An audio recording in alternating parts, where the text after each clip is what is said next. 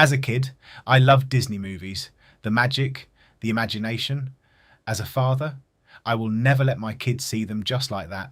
There was something magical in them that made you feel special and in the same breath made you a dysfunctional human being. Those movies were made to go straight into our subconscious, and those aren't my words, that's Walt Disney himself. So let's dive into this rabbit hole. Let's deconstruct the magic of the Disney world. You can't understand Disney movies without seeing the man behind them. Walt Disney treated comedy as a science. In 1935, he wrote to his animators, "Comedy must have contact with the audience. There must be a familiar, subconscious association." He knew he had to hit our hidden dreams, the ones we don't admit to, and he succeeded by tapping into the ultimate childhood ego trip. If you strip the most memorable Disney movies down to their bones, you will essentially find one narrative over and over again.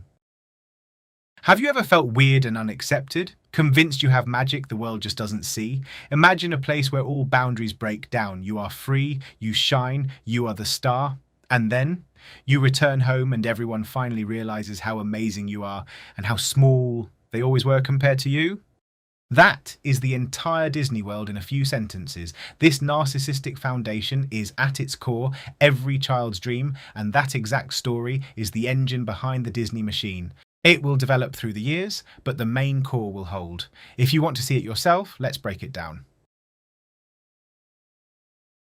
Look closely at the setup. Orphan, cast out, weird.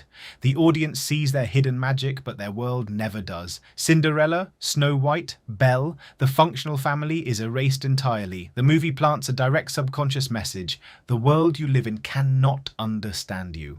And every child resonates with that.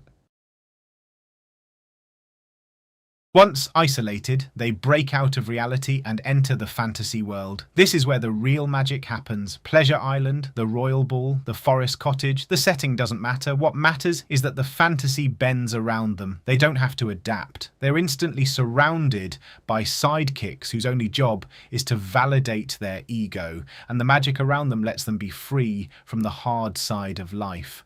The message, reality is hard, demanding, and doesn't appreciate you. But somewhere out there, you can be free and adored to be who you really are.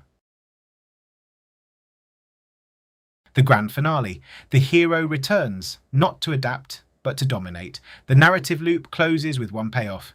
You were right. The doubters were small and blind. You just need the world to realize you are the star. Occasionally we get a grounded ending like Bambi, rooted in duty, endurance, and harsh reality. It is certainly much healthier emotionally, but because it lacks the narcotic high of magical elevation, it doesn't sink its hooks into the Disney adult the same way. Ultimately, this one is forgotten. Messages like "listen to your heart, believe in yourself" can sound beautiful and innocent, but in that framework are simply saying, break out of society, don't listen to the old generation, because all of the answers are within you.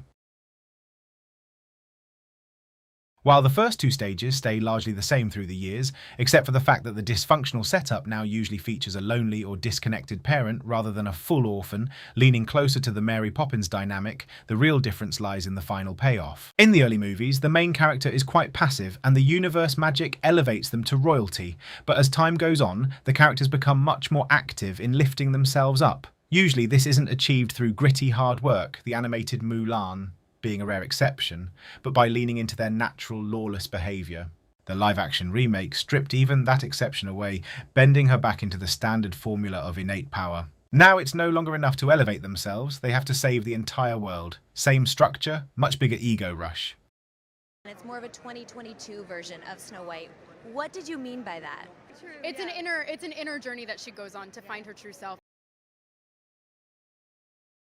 So why does this blueprint matter beyond the theatre? Because Disney didn't just make movies, it built a cultural operating system. Before this formula, popular stories often honoured inheritance. You learned from the past, earned your place, and carried the torch forward. Disney's blueprint flipped that entirely.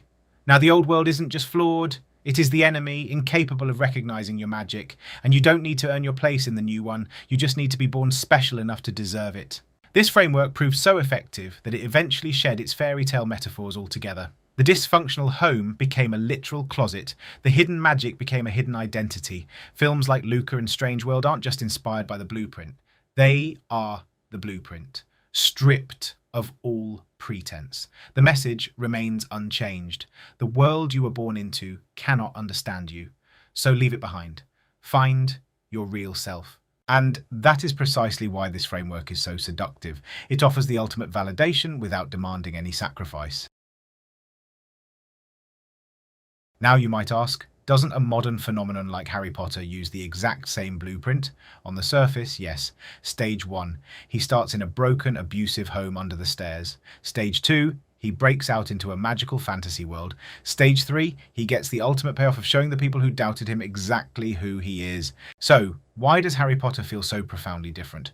Why does it feel completely detached from the progressive modern Disney? Because J.K. Rowling added a critical layer that Disney completely leaves out. In Harry Potter, the ultimate payoff, showing the Dursleys they were wrong about him, is a tiny, insignificant detail. It's a side note, just like it should be in real life. When Harry breaks out of his broken reality, he doesn't escape into a lawless paradise of pure ego validation, like Hakuna Matata or Elsa's Ice Palace. Instead, he enters Hogwarts, an ancient, rigid institution with strict rules, heavy traditions, and a punishing moral code. He doesn't win by demanding that the world bend to his unique identity. He wins by sacrificing himself for his friends, learning discipline and submitting to timeless virtues like honor, duty, and self-sacrifice. Disney teaches the child that the ultimate goal is to break all structures and force the world to worship your individual magic. Harry Potter teaches the child that when you break out of a corrupt structure, your job isn't to create chaos, it's to find a higher, more honorable truth to serve.